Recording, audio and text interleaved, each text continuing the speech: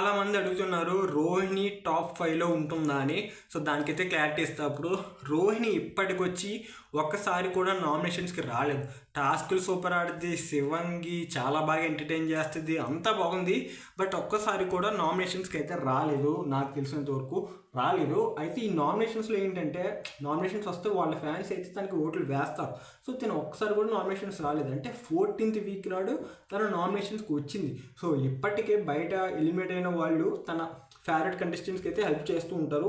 ఆబ్వియస్గా ఇప్పుడు టేస్టీ అయితే కూడా రోహిణి వాళ్ళకే సపోర్ట్ చేస్తాడు.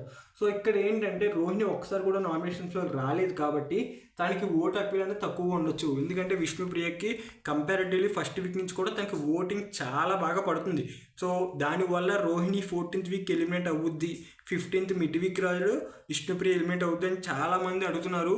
మ్యాక్సిమం అదే నిజం అవ్వచ్చు. సో ఏదైనా జరగవచ్చు. రోహిణి అయితే 14th వీక్ అని అనుకుంటాను, ఎందుకంటే నామినేషన్స్లోకి రాలేదు కదా. సో అదేనా మైనస్ అయిద్దేమో అని. సో చూద్దాం ఏమైందో. మీరేమనుకుంటున్నారో కింద కామెంట్ చేయండి. Thank you for watching.